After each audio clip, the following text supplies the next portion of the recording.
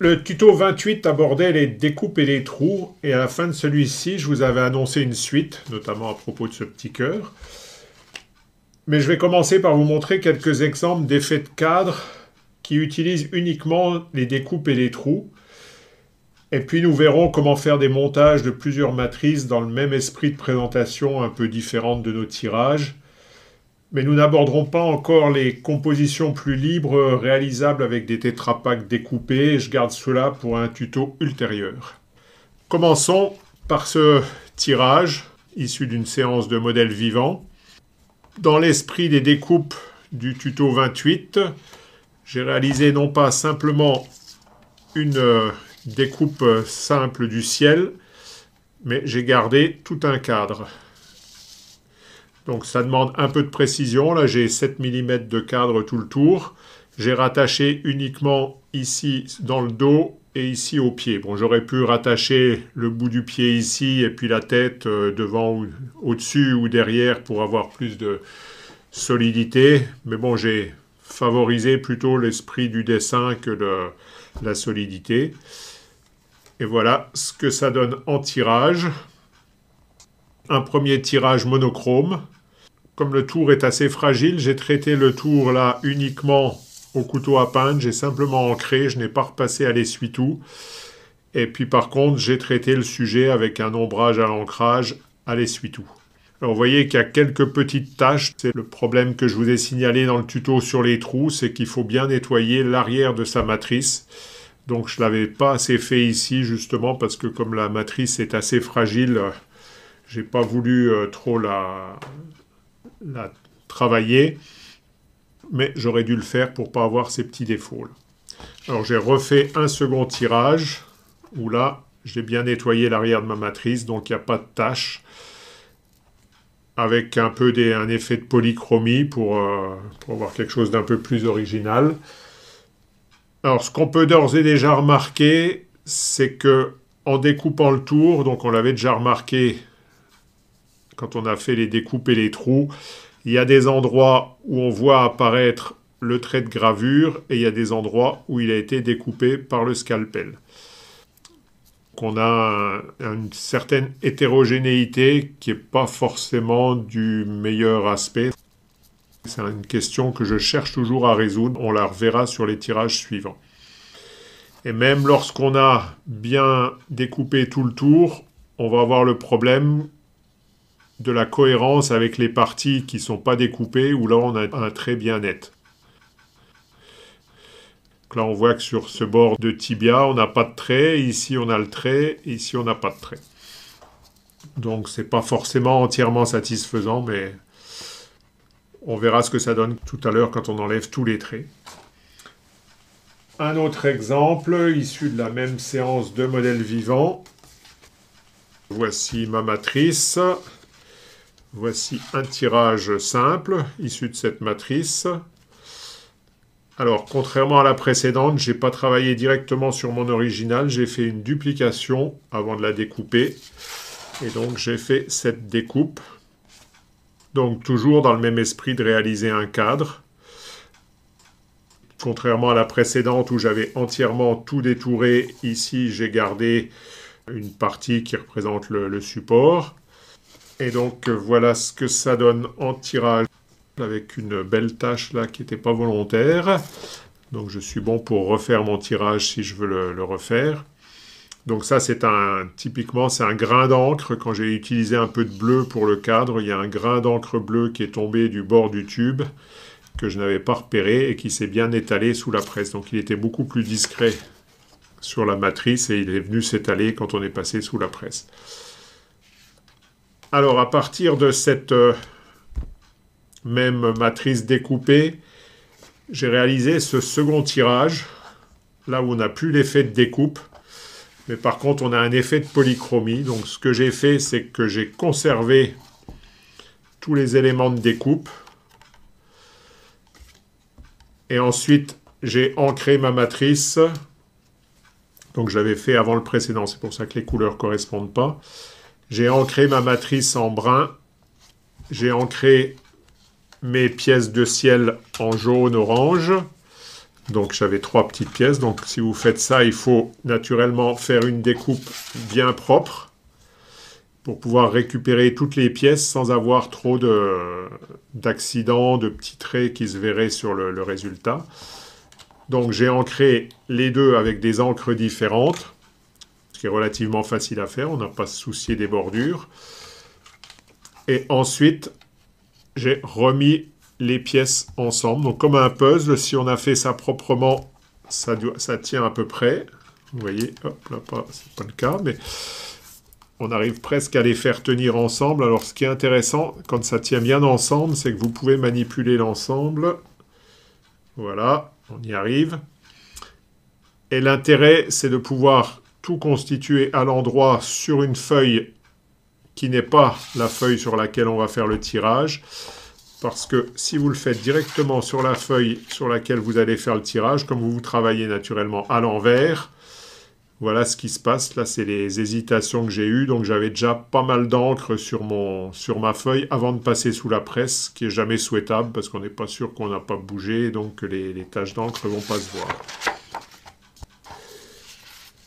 C'est déjà un premier exemple de montage avec plusieurs éléments de matrice, puisque là, j'ai quand même fait une réalisation avec 4 éléments de matrice différents.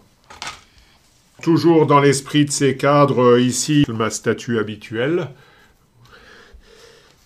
Une petite variation qui consiste à faire sortir là un tout petit peu, mais sortir un peu le sujet du cadre pour changer un petit peu.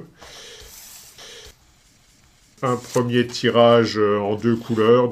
La statue monochrome et le cadre d'une autre couleur. Et un deuxième tirage un peu dans l'esprit des précédents avec donc un tirage ombré bicolore, donc j'ai refroidi les ombres en bleu.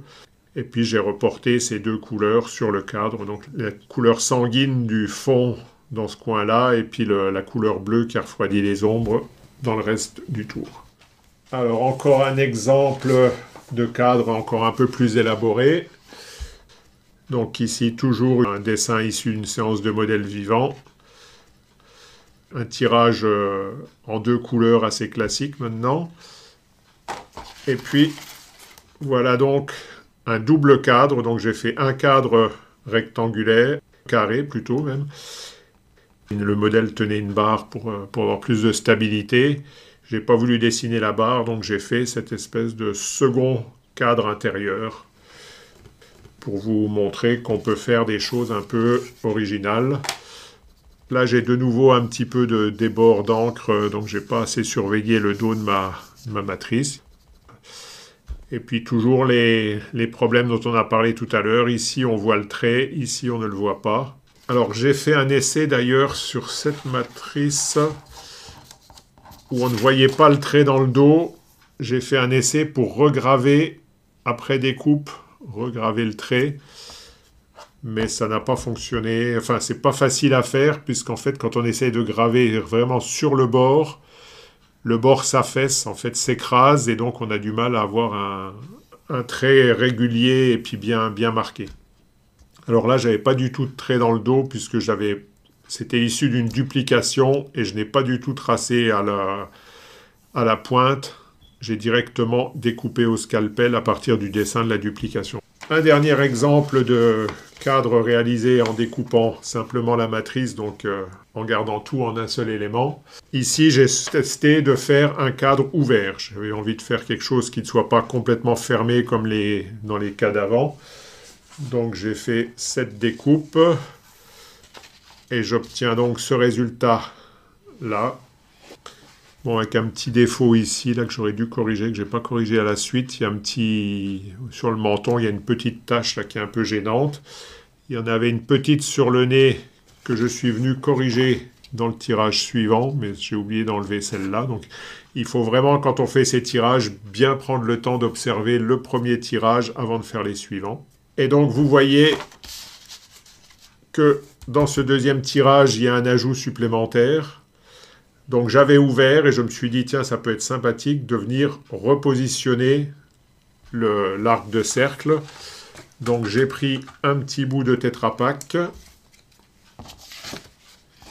un petit rectangle dans lequel je suis venu retracer le même cercle. Donc voilà, là c'est 2 couleurs, vous allez comprendre pourquoi après. Au départ, il n'y avait qu'une couleur. Donc j'ai prolongé mon cercle. J'avais découpé avec le bord d'un bol, j'ai reposé mon bol et j'ai refait la suite. J'ai ancré les deux parties et je suis venu tout simplement poser mes deux parties sur ma feuille avant de passer sous la presse. Donc je les ai mis comme ça et j'ai croisé les doigts pour que ça ne bouge pas lorsque j'ai mis ma feuille de protection. Et puis ensuite, quand j'ai passé sous la presse, bon, vous voyez que ça a bien fonctionné puisque les pointes sont quasiment en face. Bon, par contre, j'ai une petite tache d'encre là, donc c'est quand je suis venu ajuster ou quand j'ai posé mon... J'ai dû faire une petite hésitation qui a fait une petite tache d'encre là, c'est un peu dommage. Comme je vous le disais, j'ai croisé les doigts pour que ça ne bouge pas. On verra tout à l'heure une manière plus fiable de procéder qui évite les risques. Et puis, comme j'avais la partie concave du Tetra Pak, j'en ai profité pour faire un troisième tirage, cette fois-ci donc en mettant la matrice et ça en face. Donc naturellement avec l'ancrage qui correspond, donc l'ancrage rouge, donc celui-là a été fait avant le précédent. Donc vous voyez que dans ces deux cas, le montage nous permet d'agrandir le champ de notre gravure par rapport à ce qu'on avait au départ. Et là, de nouveau, j'ai travaillé en posant et en croisant les doigts pour pas que ça bouge. Bon, c'est pas tout à fait parfait, mais ça c'est normal puisque j'ai écarté alors qu'au départ je suis bien en face. Par contre là, je suis un tout petit peu plus serré qu'ici. On vient déjà de voir quelques cas où on utilisait plusieurs éléments de matrice pour faire un seul tirage. On va voir maintenant d'autres exemples un peu plus sophistiqués et où je vais vous expliquer comment faire. Mais avant, un premier exemple très simple. Donc ici, toujours un dessin issu d'une séance de modèle vivant où j'avais découpé ce qui correspond au ciel, si on veut. J'avais même déchiré, comme on avait vu dans le tuto 28, un résultat qui ne me satisfaisait pas parce que la coupure en haut donne un effet un peu bizarre. Bon, puis le dessin avait des défauts, donc j'ai redupliqué ma matrice. Bon, j'ai un nouveau résultat qui a des défauts aussi, mais qui me gêne un petit peu moins. Donc j'ai dupliqué la matrice jusque-là, et puis j'ai complété le haut des genoux pour avoir le haut des genoux. J'en ai fait une version en découpant, pareil, le ciel comme tout à l'heure. Mais il y avait une autre chose qui me gênait, c'était de ne plus avoir la dimension de l'image. Alors ça peut être intéressant de ne pas avoir de dimension d'image, comme ça on a une gravure qui part vers l'infini, mais j'avais envie qu'on voit un contour de rectangle. Donc j'ai récupéré un petit bout du ciel que j'avais découpé, le petit coin là. Et donc j'ai obtenu cette matrice. Nous avons donc la matrice proprement dite découpée. Et puis ce petit coin de ciel que je vais pouvoir positionner plus ou moins haut, suivant la taille que je veux donner à ce qui devient maintenant une matrice virtuelle. Et voici le résultat. Donc vous voyez que maintenant on a reconstitué une matrice virtuelle qui a cette taille-là. Alors voyons maintenant pour faire des cadres imprimés sur nos tirages. Donc je vais partir d'une matrice de la presse, vous reconnaissez peut-être, c'était celle du tuto sur l'ombrage par points. Et puis on va l'encadrer. Donc ce que je vais faire, c'est d'abord prendre un Tetra Pak plus grand et puis découper une fenêtre à l'intérieur, donc une fenêtre qui va être plus grande que cette matrice de manière à avoir une partie blanche et ensuite seulement le cadre qui va être dessiné autour. Et je vais essayer de faire un ombrage qui est un peu un effet de relief en lien avec l'éclairage de ma matrice de départ. Donc l'éclairage vient de ce côté-là. Donc je vais repérer au stabilo les endroits qu'il va falloir que je garde éclairés, les autres demi-baguettes si on veut, étant sombres. Donc je vais les assombrir en les frottant avec un pinceau à fibre de verre. Pour faire ça de manière propre, je vais utiliser du ruban adhésif. Donc j'ai tracé au feutre les limites et donc je vais bien positionner mon ruban adhésif sur les traits que j'ai réalisés. Alors je vais soigner les biseaux dans les coins de manière à avoir un travail bien propre. Pour ce faire, finalement la meilleure solution que j'ai trouvée, c'est de tracer au marqueur sur le ruban adhésif, de le décoller, de passer ensuite une règle en dessous et de découper au cutter. Ensuite j'enlève la règle et je remets le ruban adhésif en place. Comme mon ancrage tient compte de la direction de la lumière, je repère le haut du cadre par une petite flèche au dos de la matrice, de manière à bien mettre le cadre à l'endroit. Voici le résultat. Donc on voit à peine ici les parties ombrées au pinceau à fibre de verre, mais une fois que ce sera ancré, on verra le résultat. Alors je ne sais pas encore de quelle couleur je vais travailler, mais je vais réaliser l'ancrage et on va regarder le résultat. Voilà, j'ai ancré la matrice et le cadre. Donc j'ai fait les deux d'une même couleur. Je vais donc maintenant, comme je vous l'ai promis, vous montrer comment faire pour être sûr qu'ils ne bougent pas l'un par rapport à l'autre lors du tirage. Donc je prends une feuille de protection, une feuille récupérée bien sûr, et je vais fixer d'abord le cadre. Alors j'ai tracé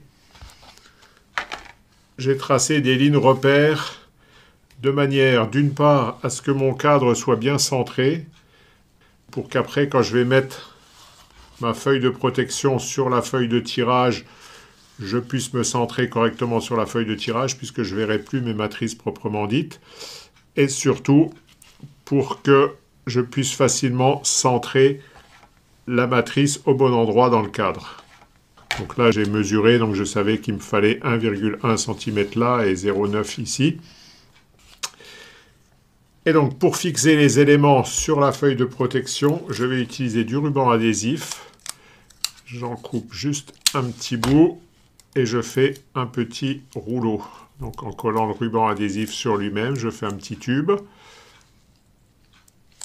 que je vais même couper en deux avec une paire de ciseaux parce que ça suffira, ça me permettra de mettre deux bouts. Alors, il faut que je mette mon cadre à l'endroit, donc j'ai ma flèche repère.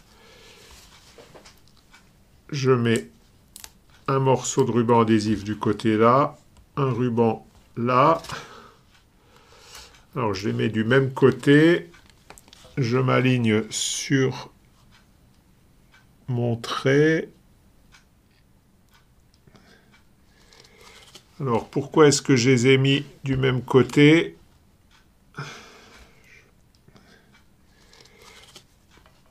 Je les mets du même côté, je vais faire arriver le rouleau comme ça. On pourrait être tenté d'en mettre de l'autre côté, mais comme ma matrice peut gondoler, peut avoir pas exactement la taille du papier, on risquerait, en passant sous la presse, de plisser la matrice ou le papier de protection, ce serait moins grave. Donc maintenant, je vais faire la même opération avec la matrice proprement dite. Donc je refais mon petit rouleau. Il est un peu moins bien fait, là, mais ça tiendra quand même. Je le coupe en deux.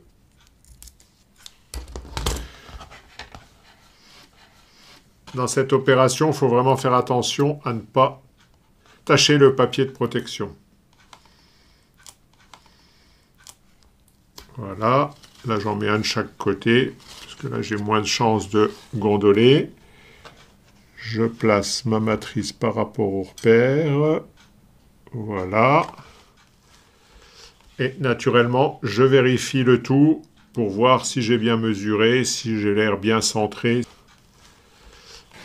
Parce que les mesures, c'est bien, mais il faut quand même toujours vérifier à l'œil si tout est OK. Je refais le tour. Bon, j'ai bien nettoyé le dos. J'ai bien utilisé la flèche pour que mon éclairage paraisse venir d'ici de manière concordante avec la matrice. Et donc il ne nous reste plus qu'à mouiller la feuille de papier et passer ça sous la presse. Maintenant donc tout est solidaire, donc c'est bien pratique. Je mets la matrice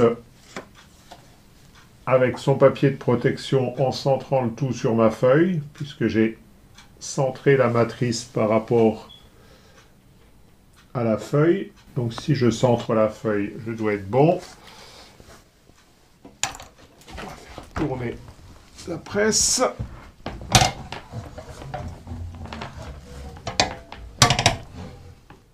Voilà. Et on va regarder le résultat. J'enlève la matrice et voilà.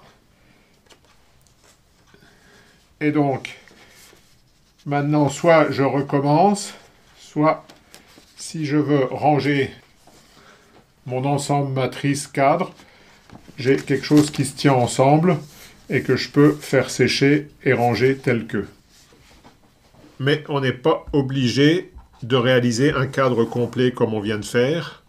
Je vais vous montrer un autre exemple ici de cadre partiel, ce qui va nous permettre d'utiliser d'ailleurs des petits bouts de Tetra Pak dont on ne sait pas toujours quoi faire, les bouts qui sont moins larges que ça, ou moi j'en ai pas mal de chutes. Voilà une gravure issue d'une séance de modèles vivants. Alors il se trouve que j'avais remplacé ici la barre sur laquelle s'appuyait le modèle par une branche qui ressemble un peu à une branche d'olivier, donc on va rester sur ce thème. Je vais prendre 2 bouts de Tetra Pak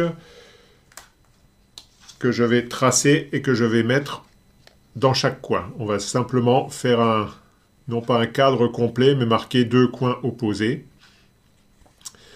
Donc je trace, là je vais mettre à peu près 1,5 cm de chaque côté, 1,2 cm, ça suffira peut-être. Je trace, je découpe, de manière à avoir 2 L que je vais mettre dans les coins. Alors je ne vais pas les garder brutes, je vais couper les coins de ces L, de manière à avoir quelque chose d'un peu plus joli que des angles droits. Et voici le résultat. Si on regarde, ici j'ai utilisé le même angle. Et donc maintenant j'ai un cadre que je peux agrandir à la taille que je veux. En l'occurrence, je vais travailler comme cela. Et puis, comme je vous l'ai dit, j'ai décoré mon cadre avec des petits motifs de branches d'olivier, donc qui vont rappeler la partie là. Voilà le résultat. Avec une petite surprise, là, c'est que j'ai un de mes traits de repère qui s'est réimprimé, même ici aussi. Comme c'est du crayon de papier, du crayon de bois, ça va pouvoir se gommer facilement par la suite. Donc là, je vous ai fait exprès un exemple avec un cadre d'une couleur différente, même si le vert est le même. Ici, retraité avec du noir, ici avec du jaune. Mais c'est la même base, donc au niveau harmonie, ça fonctionne à peu près. Je vais pouvoir vous montrer d'autres exemples de cadres. Voici quelques autres exemples de cadres donc, que j'avais réalisés il y a déjà un certain temps. Je vous ai remis d'autres matrices à l'intérieur, donc puisqu'un cadre peut servir pour différentes matrices, surtout ces cadres en plusieurs parties. Comme on l'a vu, on peut ajuster la taille, quelle que soit la taille de la matrice centrale. J'avais déjà utilisé le petit motif des branches d'olivier, mais je vous le montre parce que cette fois-ci, j'avais fait des bouts de cadre un peu plus originaux. C'est déjà du travail ancien, c'est pas une réalisation parfaite. On voit qu'ici j'ai les petits traits qui dépassent. La découpe n'est pas parfaite. Ici, on n'a pas la même forme que les autres. J'ai inversé la courbe, donc on a un truc qui est plus court, donc c'est pas très joli. Il faut être rigoureux quand même quand on fait ce genre de choses. Un exemple complètement différent, avec un cadre plus abstrait, qui a été réalisé avec du ruban adhésif, en posant du ruban adhésif, en frottant avec une brosse métallique et puis en découpant des morceaux de couches d'aluminium, des petites bandes de couches d'aluminium pour avoir quelque chose d'un peu plus contrasté. Alors là, on était dans l'abstrait, on peut être dans les choses beaucoup plus concrètes. Bon, là, je vous ai pas remis une matrice au centre avec un cadre là qui fait tout le tour, mais en plusieurs petits bouts. Donc, ça permet d'utiliser tous les petits bouts de Tetra Pak avec un motif historié. Alors là, un cadre qui fait tout le tour. Au contraire, on peut faire juste deux petites bandes. Donc là, je les avais fait avec des motifs différents, mais on peut les faire avec des motifs identiques qui vont permettre de border une matrice. Bon, celle-ci n'a pas exactement la même taille. Normalement, ce serait mieux que ce soit exactement aligné. Donc, qui va permettre de border une matrice simplement sur le côté, puis lui donner un peu plus de caractère. On a vu donc cette notion de cadre, mais maintenant que vous savez fixer des éléments de matrice sur une feuille de protection, on va pouvoir faire des montages. C'est toujours intéressant de faire des montages avec un sujet dupliqué. Donc ici, j'ai tracé sur un premier Tetra Pak simplement une sinusoïde et puis quelques traits qui partent un peu en éventail.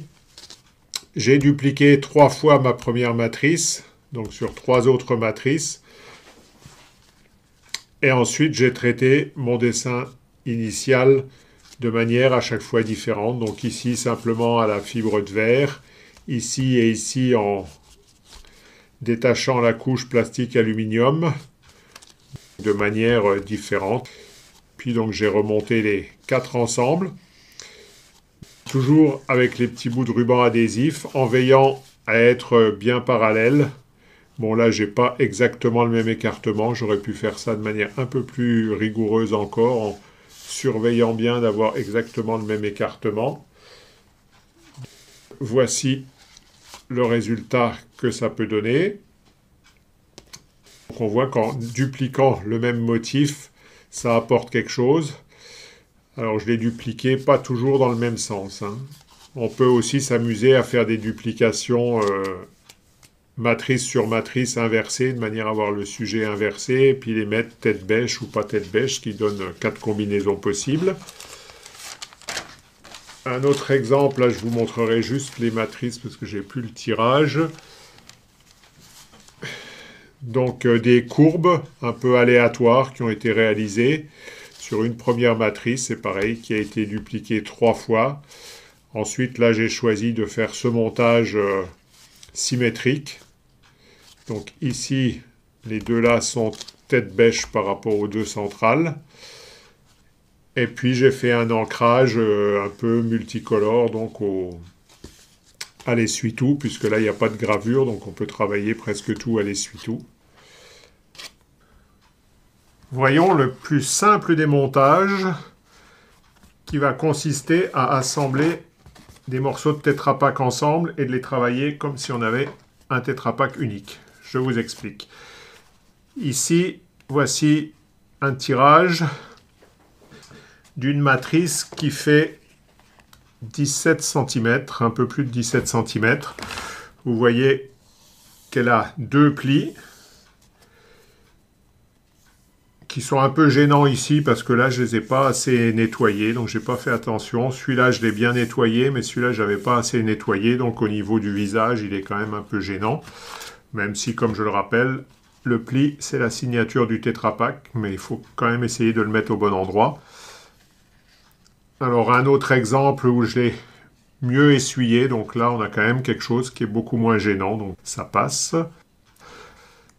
Le tirage arc-en-ciel, je vous montrerai ça dans un tuto ultérieur. Une solution pour ne pas avoir ces plis, bon ça peut être de trouver du Tetra Pak sans plis, mais c'est pas toujours facile, ça existe pourtant. Une autre solution, ce serait d'assembler 2 grandes faces de Tetra Pak, puisqu'elles font dans les 8 cm et demi, donc on obtient nos 17 cm. Je vous rappelle que 17 cm, on ne peut pas l'obtenir avec un seul pli, puisque la plus grande des surfaces avec un seul pli qu'on peut obtenir, c'est 15 cm. Hein, qu'on prenne ici ou ici, c'est pareil. On a toujours 15 cm. Bon, ici, c'est encore plus court puisqu'on perd le joint, donc on a 13 cm. Donc, une solution, c'est d'assembler ces deux éléments. Je vais les assembler. Je vais les coller à l'arrière avec du ruban adhésif et je vais réaliser une duplication. C'est ce que j'ai fait. Voici ma matrice originale. Je l'ai ancrée en vitesse en bleu outre-mer. C'est celui qui s'essuie très facilement. Donc pour faire les duplications, c'est très facile. Bon là, j'ai pas nettoyé le joint parce que c'est pas le tirage qui m'intéressait, mais la duplication. Une fois que j'ai eu dupliqué, j'ai réalisé mon ancrage et voilà le résultat.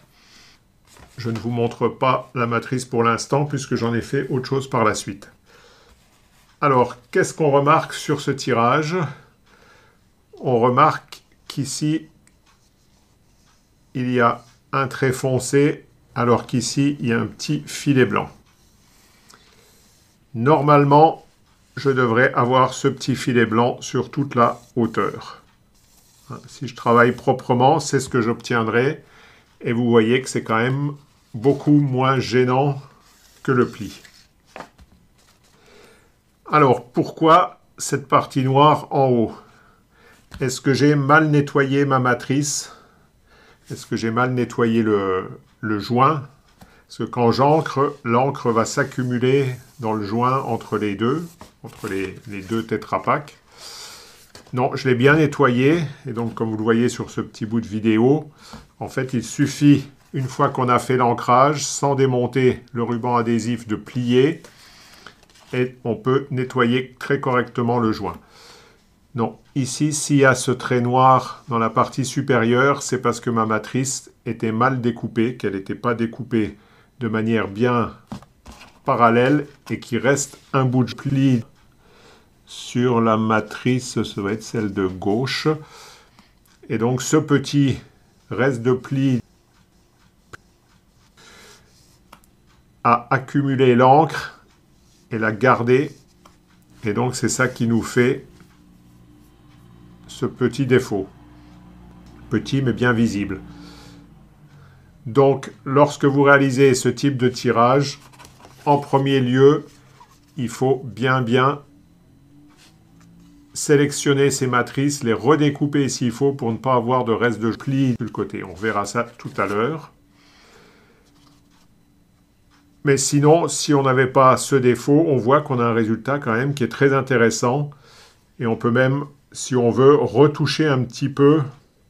Alors, on peut faire des retouches directement à la sortie de la presse, même sur le papier un peu mouillé, profiter de ce qu'on a encore nos essuie-tout avec un peu de bleu, et puis rajouter un tout petit peu de bleu pour atténuer encore le filet blanc. Bon, attention, les retouches à chaud, parce qu'on peut rapidement tout gâcher. Donc, il faut y aller prudemment. Passons maintenant à une seconde méthode. Donc, j'ai repris, voilà, les matrices que j'avais utilisées.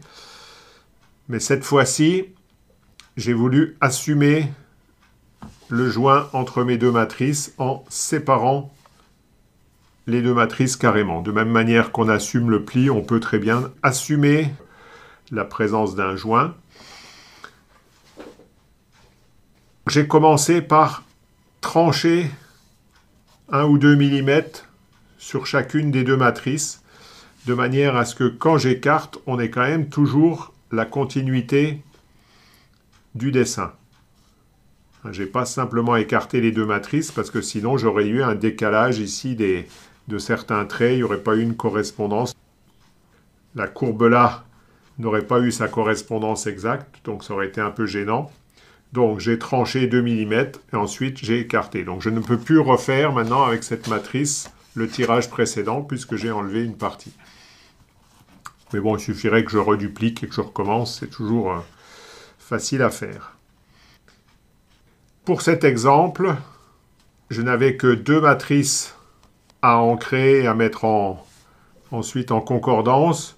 J'ai travaillé de manière assez simple, presque à main levée. J'ai pris mes 2 matrices, je les ai mises une contre l'autre, sans les fixer, j'ai fait mon ancrage. Donc vous voyez que j'ai quand même fait un ancrage de plusieurs couleurs.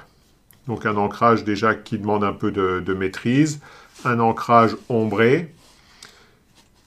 Donc je l'ai fait avec mes deux morceaux de matrice indépendants que j'ai parfois joints ensemble quand je voulais avoir quelque chose d'homogène, notamment au début pour bien homogénéiser, après par la suite un peu moins. Ensuite, une fois que j'ai eu réalisé cet ancrage, j'ai bien nettoyé l'arrière des matrices, j'ai bien nettoyé le contour de chaque matrice et je suis venu les fixer sur ce papier de protection, toujours avec mes petits tubes de ruban adhésif, en les mettant bien en concordance sur la partie basse, bien parallèle sur ce bord vertical et avec l'écartement qui correspond exactement à la somme de ce que j'ai enlevé aux deux matrices. Voilà le tirage. On a bien une séparation assumée, une concordance des traits. Vous pouvez trouver que cet exemple n'est pas entièrement convaincant puisque on assume bien le joint du milieu, mais vous pouvez considérer que au milieu d'une telle figure, il est un peu gênant tout de même. Donc j'ai essayé de vous trouver un exemple peut-être plus convaincant. Alors je vous montre le résultat tout de suite pour une fois, et ensuite on va revoir même, puisque c'est un peu la même procédure que sur l'exemple précédent, mais là, comme j'ai 3 matrices, j'ai pris des éléments un peu plus petits, donc là, cette fois-ci, j'ai travaillé sur cette partie-là, les matrices.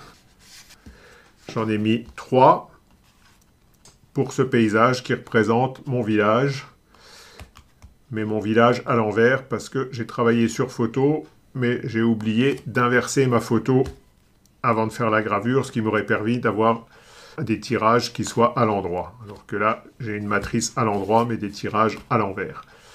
On va voir la procédure. Donc, comme tout à l'heure, sélectionner des matrices qui aient toutes la même taille, qui aient des bords bien propres.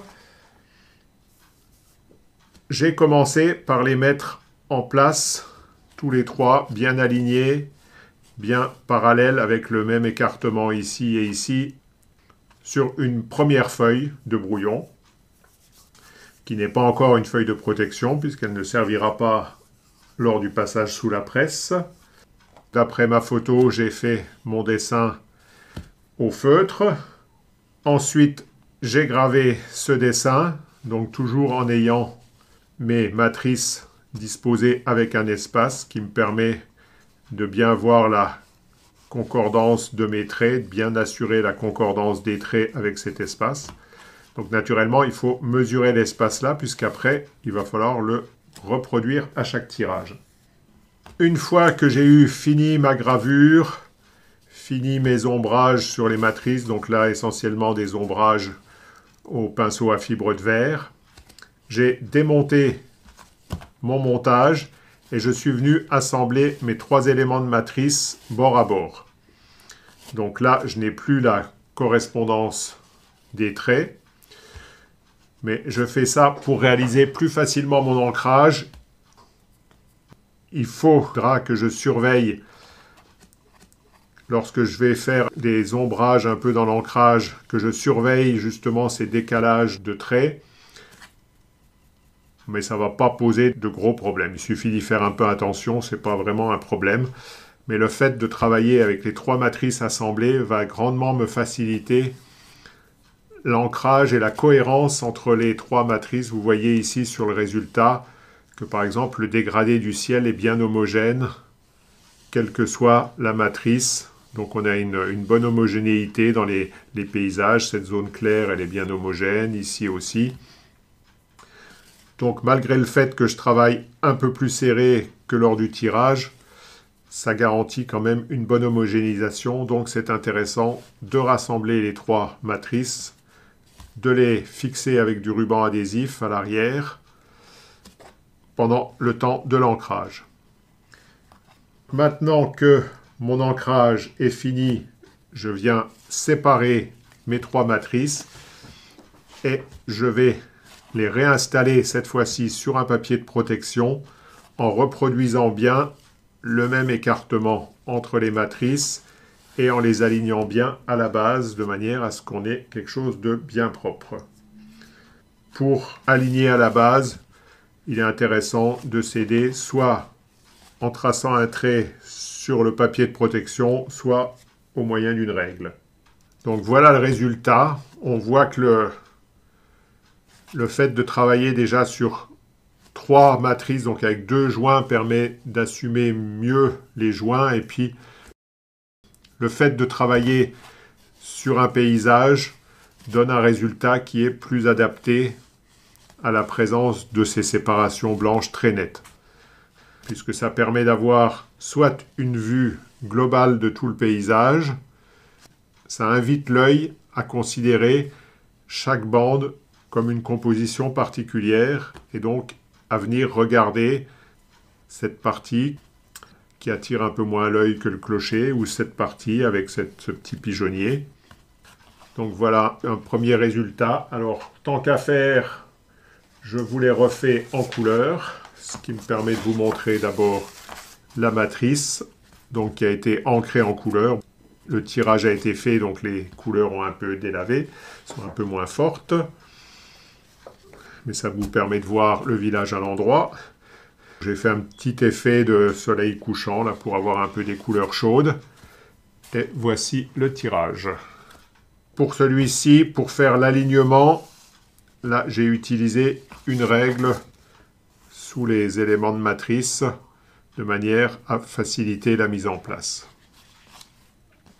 Et puis, tant qu'à faire, pourquoi ne pas essayer de travailler non pas perpendiculaire, mais avec des joints en biais. Je vais utiliser cette fois-ci des chutes de matrice encore plus petites, donc les coins des tétrapacks, qu'on a quand même souvent du mal à utiliser toutes seules, donc on utilise avec leurs voisines, mais à ce moment-là, on a un pli. Avant d'en arriver à l'étape que vous voyez sous l'écran, j'ai commencé par prendre toutes mes chutes et je les ai d'abord triées par marque. Donc j'ai regardé au verso quelles étaient les marques et je les ai triées, toutes celles qui étaient identiques ensemble, de manière à travailler avec des tétrapacks qui soient bien identiques, qu'il n'y ait pas des différences de texture. Alors on ne le verra certainement pas à l'écran par exemple, mais ici je vois que celle-ci n'a pas la même texture que les autres. Donc le plus simple, c'est de le faire en regardant les marques et de vérifier quand même au verso parce qu'une même marque peut changer de fournisseur ou d'allure de tétrapack. Voire parfois les coutures ne sont pas au même endroit au sein d'une même marque selon les périodes. L'étape suivante, ça a été de repérer si mes bords sont parfaitement propres. Ici, on voit que j'ai coupé à ras du joint, j'ai gardé une partie du joint, donc ça va se voir sur le bord. Alors là, c'est vraiment visible. Il y a des fois où c'est beaucoup plus discret, donc on voit ici que là, je suis bon, mais là, comme je n'ai pas coupé parfaitement parallèle au joint, ici, on voit le joint qui ressort. Donc là, c'est encore assez visible. Il y a des fois où c'est beaucoup plus discret, comme ici, on a le joint un peu tout le long, mais très très fin, mais il est quand même présent. Ici, il est présent juste au bout. Donc, si vous avez l'habitude de couper vos tétrapacks à ras du joint, il va falloir tout inspecter, voire tout recouper très très légèrement, de manière à être sûr de ne pas avoir de bord de joint et de ne pas avoir de traits noirs sur le côté qui apparaissent. Donc, mieux vaut perdre 1 mm à chaque fois, mais être sûr d'avoir un bord bien propre. Ensuite, j'ai assemblé tous mes morceaux de tétrapack en me repérant sur le bord d'une feuille, de manière à ce qu'ils aient tous le même angle et qu'ils soient bien en escalier, tous de la même manière. Donc vous voyez ici que les coins affleurent tous la feuille de la même manière. Ensuite, j'ai passé ça à la trancheuse, donc j'ai tranché d'abord un grand côté et puis à l'équerre les 2 petits côtés et enfin le grand côté par rapport au premier petit côté que j'ai coupé d'équerre. Pour faire ça, naturellement, j'avais tout fixé avec du ruban adhésif. Comme c'est un montage provisoire, je vous conseille toujours de corner le bord de votre ruban adhésif, ce qui vous facilite ensuite le démontage. Là, je suis en train de faire le montage qui va me permettre de faire le dessin en tenant compte des écartements. Pour me faciliter les choses, j'ai taillé un petit bout de Tetra Pak à la largeur qui m'intéresse, donc ici 6 mm. Donc j'ai mis du rouge dessus de manière à bien le trouver facilement sur ma table, à ne pas le confondre avec un autre bout une autre chute. Et donc je suis en train de faire mon montage. Alors vous constaterez d'ailleurs que mes petits tubes de ruban adhésif, je les mets sur le papier plutôt que de les mettre derrière le Tetra Pak. Je trouve que c'est un peu plus facile. Et ça le sera surtout quand j'aurai ancré. Ça m'évitera de manipuler davantage les matrices ancrées. Alors naturellement, j'ai numéroté aussi tous mes morceaux de manière à me repérer facilement et à ne pas faire d'échanges malheureux après, une fois que j'aurai tout ancré. Voilà, et je continue jusqu'à la fin. Et ensuite, je n'aurai plus qu'à dessiner comme je l'ai fait la fois précédente. Et ensuite, tout graver. Une fois que la gravure sera finie, je démonte ce montage, je refixe avec des petits rubans adhésifs cornés derrière pour faire l'ancrage. Et ensuite, je redémonte et je recommence cette même étape, cette fois-ci sur le papier de protection définitif avec les matrices ancrées. Alors, encore un petit coup d'œil sur la mise en place finale de mes 5 éléments de matrice. Comme vous le voyez aussi, je réutilise toujours ma petite règle que j'ai faite dans un morceau de Tetra Pak découpé à la largeur de 6 mm de manière bien parallèle et sur laquelle j'ai mis des petits coups de feutre rouge de manière à la retrouver plus facilement sur ma table de travail, de la retrouver ultérieurement quand je la rangerai. J'ai bien essuyé les bords de chaque élément avant le tirage de manière à ce qu'il n'apparaisse pas des bords noirs un peu hétérogènes de ci, de là. Voilà le résultat, donc on a quelque chose qui est quand même intéressant, ça donne une dynamique particulière par rapport aux espaces précédents de la vue de Châtel. Alors, tant qu'à faire, je me suis dit, pourquoi ne pas essayer de faire un dégradé de couleur, non pas en continu, mais avec une couleur différente sur chaque élément de matrice. Comme vous pouvez le voir, j'ai utilisé une règle pour bien aligner à la base tous mes éléments. Et j'ai même fixé cette règle avec des rubans adhésifs sur le papier de protection de manière à ce qu'elle ne bouge pas. Est-ce que ça me facilite la disposition des éléments de matrice? Voici le résultat. Je suis parti sur le même mélange de noir et de sépia coloré pour avoir ce brun foncé ou noir chaud si on veut. Et d'un côté, je l'ai refroidi en rajoutant un petit peu de bleu de Prusse ou davantage de bleu de Prusse. Et de l'autre côté, je l'ai réchauffé en rajoutant un petit peu de rouge géranium ou plus de rouge géranium. On a un résultat qui fait un peu penser à ce qu'on verrait si on regardait ça à travers un ensemble de vitres colorées. Vous êtes libre d'aimer ou ne pas aimer, naturellement. C'est à vous de juger, c'est à vous ensuite d'en faire ce que vous voulez avec des sujets que vous voulez. Il est vrai que ce type de variation discontinue de couleur peut être plus satisfaisant, non pas avec une image d'un seul tenant, mais plutôt avec une série de sujets. Alors d'autant plus que sur cette image d'un seul tenant, il y a à mon avis un petit défaut, c'est qu'il faudrait qu'il y ait un rappel de la chapelle. Ça aurait été bien de décaler un tout petit peu le sujet de manière à ce qu'il y ait un petit bout de la chapelle qui apparaisse sur ce morceau de Tetra Pak, puisque malgré que ça corresponde à la réalité, comme vous l'avez vu sur la photo tout à l'heure, visuellement, ici, on n'a aucun lien entre ces deux morceaux de Tetra Pak, donc eux qui se lient bien entre eux, et ces trois morceaux de Tetra Pak qui se lient bien entre eux. Bon, c'est un peu le hasard qui a fait ça, mais on a l'impression qu'on a un sujet ici et un sujet là, et on a du mal à trouver un lien entre les deux. Même dans le ciel, en fait, j'avais dû le faire, mais à l'ombrage, ça a un peu disparu. On n'a même pas une liaison entre les nuages. Donc c'est une petite erreur à mon avis. Donc, lorsque vous faites votre dessin, il faut bien penser à l'avance aux endroits où vont se faire les séparations. Alors, je vous ai parlé de travailler les variations de couleurs sur une série de sujets plutôt que sur une image continue. Donc, puisque je vous parle de ça, il a fallu que je vous fasse l'exemple correspondant. Alors, sur le chemin qui mène à la petite chapelle précédente, sont disposées 14 statues en pierre, quasiment en grandeur nature, qui représentent les 14 saintes et saints auxiliaires ou auxiliateurs, qui sont des statues un peu naïves, qui sont assez sympathiques.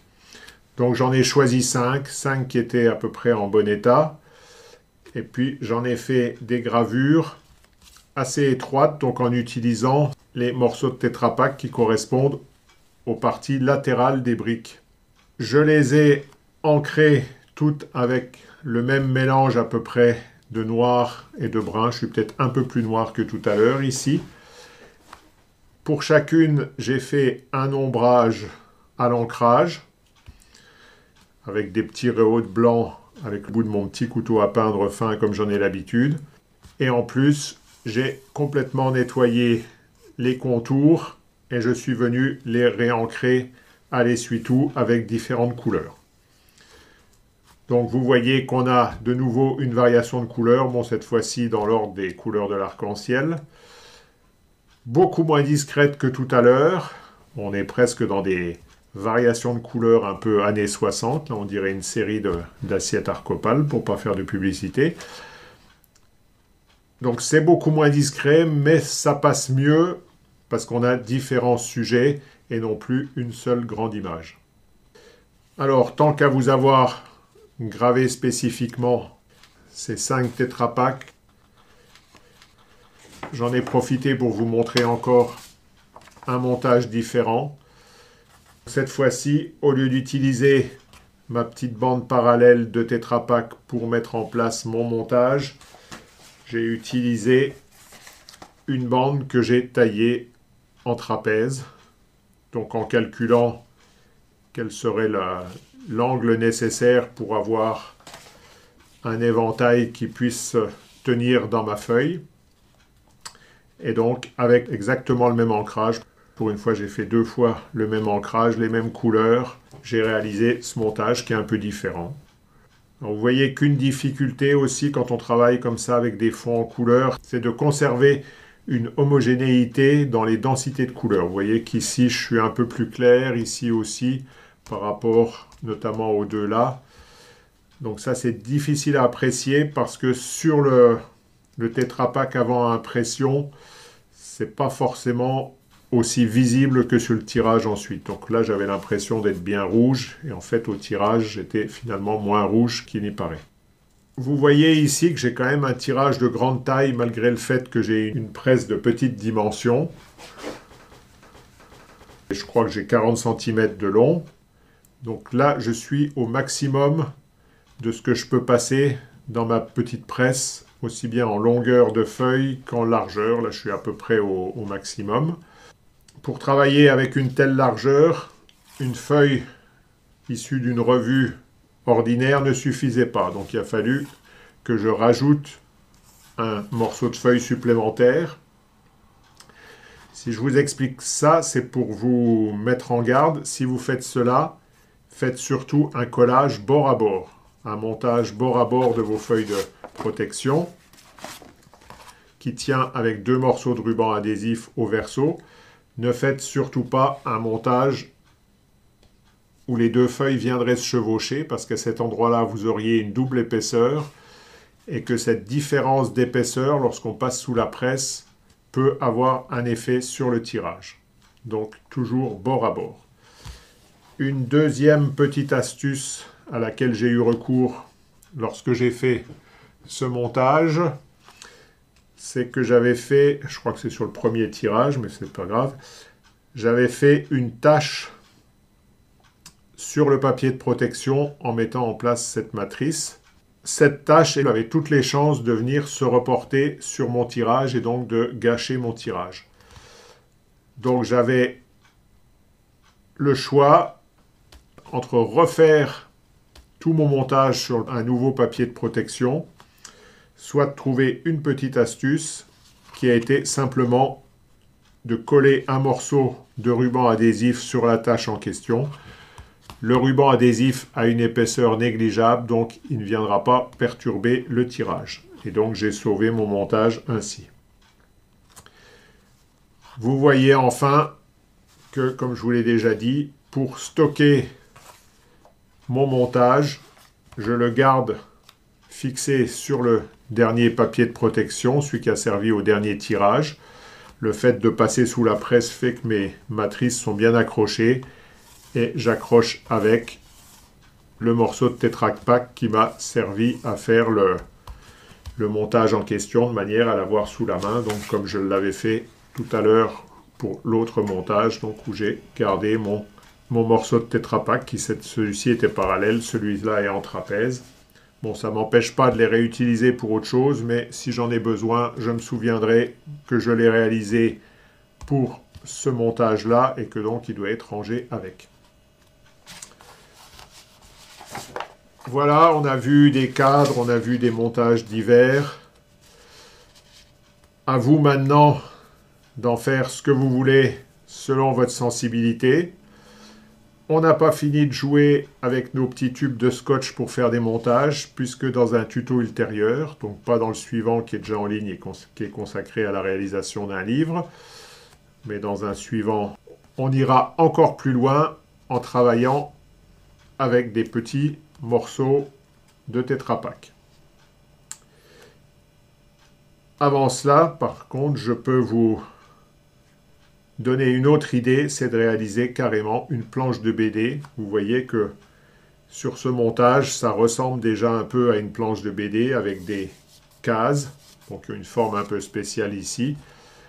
Vous pouvez réaliser carrément une planche de BD avec toutes ces cases et l'imprimer d'un seul tenant sous votre presse.